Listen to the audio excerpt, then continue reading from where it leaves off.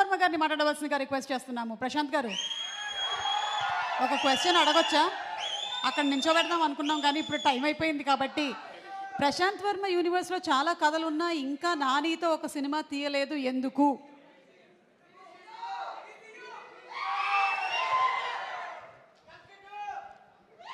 అందరికీ నమస్కారం అండి.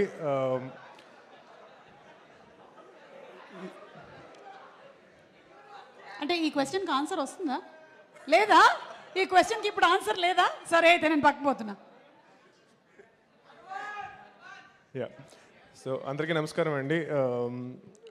ఈ సినిమా ట్రైలర్ చాలా చాలా గ్రిప్పింగ్గా ఉంది అండ్ ఐఎమ్ షూర్ మూవీ కూడా అంతే ఎంగేజింగ్గా ఉంటుందని చెప్పి నేను నమ్ముతున్నాను. ఫస్ట్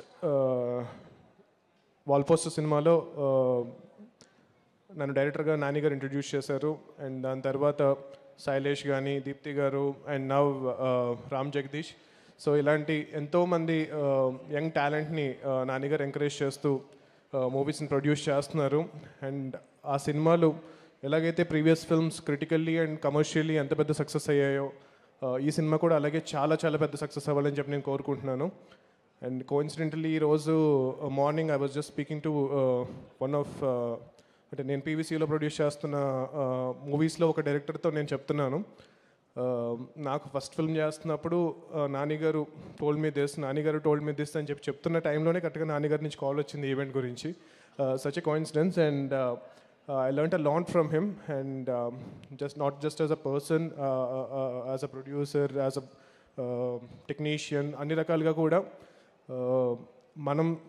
మనకి ఇండస్ట్రీ ఏమి ఇచ్చింది అండ్ మనం ఇండస్ట్రీకి ఎంత ఇవ్వాలి అనేది నేను చాలా చాలా నేర్చుకున్నాను నానిగారి దగ్గర.